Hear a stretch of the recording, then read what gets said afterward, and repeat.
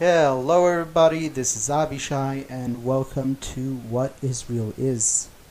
One of the most ridiculous accusations that I hear leveled at Israel is that Israel is an ethno-state, that Israel essentially was founded to cater to one particular ethnic identity, Jews.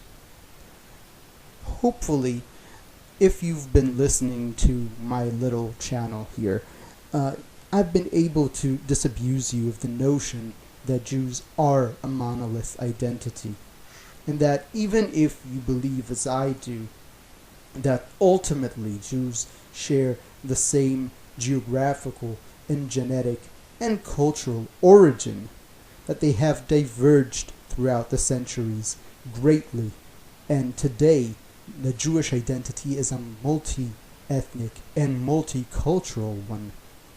Indeed, that Israel itself is multicultural, and that includes all of the problems that are part and parcel of a multicultural society.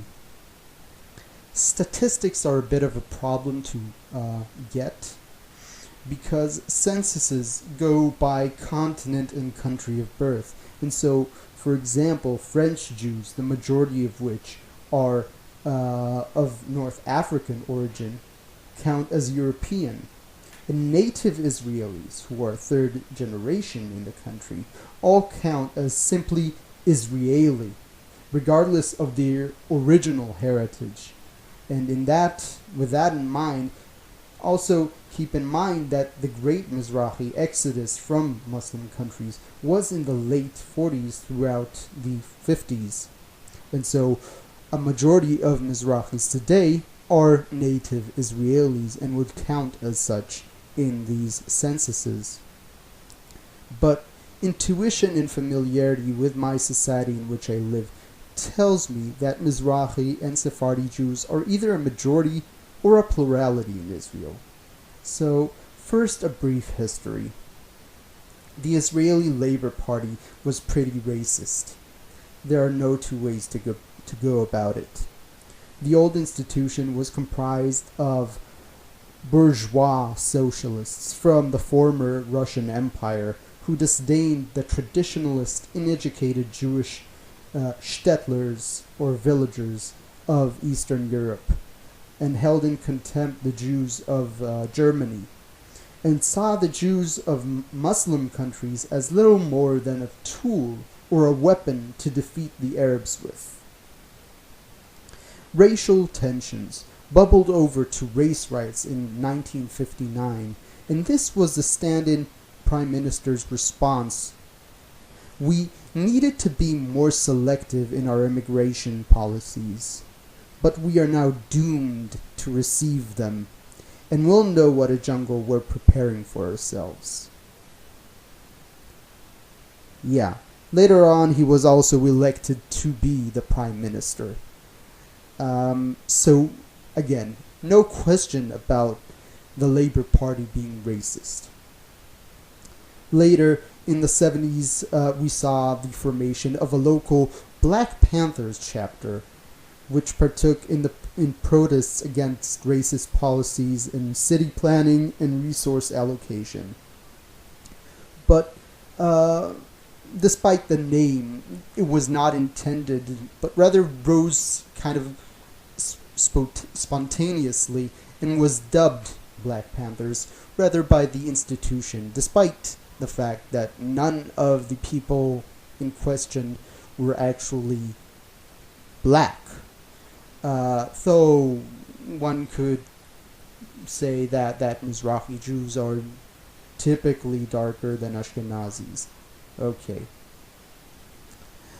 The justified rage against the racist labor was also a significant force in the 1977 elections, when the Labour, for the first time, was defeated and Likud ascended to power. The next 40 years saw Likud dominance, with some short interludes of Labour and Kadima being in power. With more Mizrahis in positions of power and influence, but a lot of room for improvement, and some cities still suffering from crime and inequality in resource allocation. But today it is no longer self-evident that the cause for the above can be merely attributed to racism, with Mizrahis being, as mentioned earlier, a plurality in Israeli society in filling positions of CEOs, members of the Knessets, generals, and police commissioners. And despite the great number of quote-unquote intermarriages between Ashkenazis and Mizrahis, mutual expressions of distrust and bigotry between Mizrahis and Ashkenazis still bubble over frequently. And this is why I dubbed this episode the way I did. This is a very known idiom in Hebrew, the ethnic genie or ethnic demon, and releasing the ethnic demon from the bottle. This is a phenomena that happens rather, as I said, frequently in Israeli society. And this is to say nothing of the plight of Ethiopian Jews who are, without a question, mistreated. This is going to be somewhat of a series, hopefully, where I go and delve a bit deeper into exactly the problems between the various ethnic Jewish groups in Israel. Until next time, hopefully I've piqued your interest.